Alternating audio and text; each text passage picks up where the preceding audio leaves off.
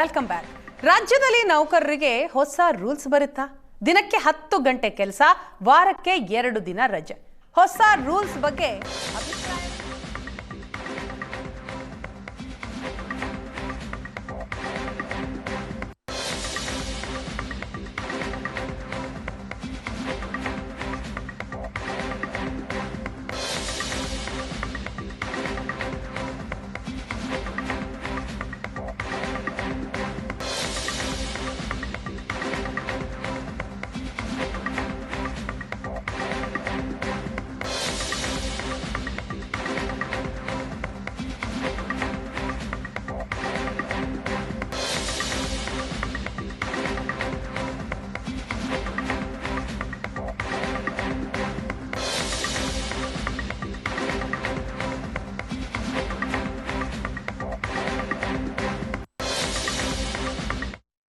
ಅದನ್ನು ಒಳ್ಳೇದಾಗ್ತದೆ.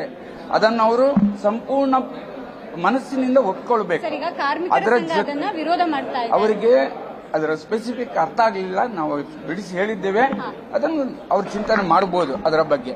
ಇನ್ನು 10 ಜನಕ್ಕಿಂತ ಕಮ್ಮಿ ಇರುವಂತಹ ಸ್ಥಳದಲ್ಲಿ ಈಸ್ ಆಫ್ ಡೂಯಿಂಗ್ ಬಿಸ್ನೆಸ್ ಅಲ್ಲಿ ಅದನ್ನು ಅಳವಡಿಸಿದರೆ ಮಾಲೀಕರಿಗೂ ಎಲ್ಲರಿಗೂ ಒಳ್ಳೇದಾಗ್ತದೆ. ಇನ್ನು ಹೆಚ್ಚು ಸಂಸ್ಥೆಗಳು ಬರ್ತದೆ, ಉದ್ಯೋಗ ಸೃಷ್ಟಿ ಆಗ್ತದೆ, ಉದ್ಯಮಿಗಳು ಬರ್ತಾರೆ. ಇದು ಸಾರ್ವತ್ರಿಕವಾಗಿ ಈಗಾಗಲೇ ಆಂಧ್ರ, ಮಹಾರಾಷ್ಟ್ರ, ತೆಲಂಗಾಣ ಬಹಳಷ್ಟು ರಾಜ್ಯಗಳಲ್ಲಿ ಮಾಡಿದ್ದಾರೆ.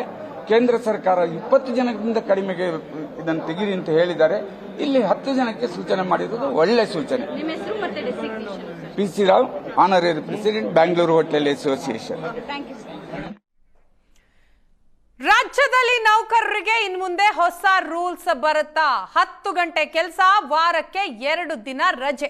ಈ ಕುರಿತಾಗಿ ಸರ್ಕಾರ ಅಭಿಪ್ರಾಯವನ್ನ ಕೇಳಿದೆ. ಹೊಸ ರೂಲ್ಸ್ನ ಕುರಿತಾಗಿ ವಿಕಾಸಸೌಧದಲ್ಲಿ ಕಾರ್ಮಿಕ ಸಂಘಟನೆಗಳ ಜೊತೆ ಸಭೆ ನಡೆಯಿತು. ರೋಹಿಣಿ ಸಿಂಧೂರಿ ಅವರ ನೇತೃತ್ವದಲ್ಲಿ ನಡೆದಂತಹ ಮಹತ್ವದ ಸಭೆ.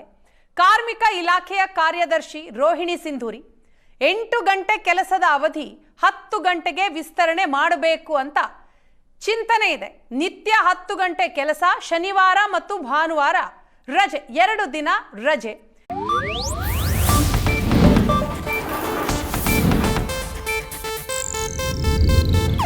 ಇದು ಏಷ್ಯಾನೆಟ್ ನ್ಯೂಸ್ ನೆಟ್ವರ್ಕ್ ಪ್ರಸ್ತುತಿ.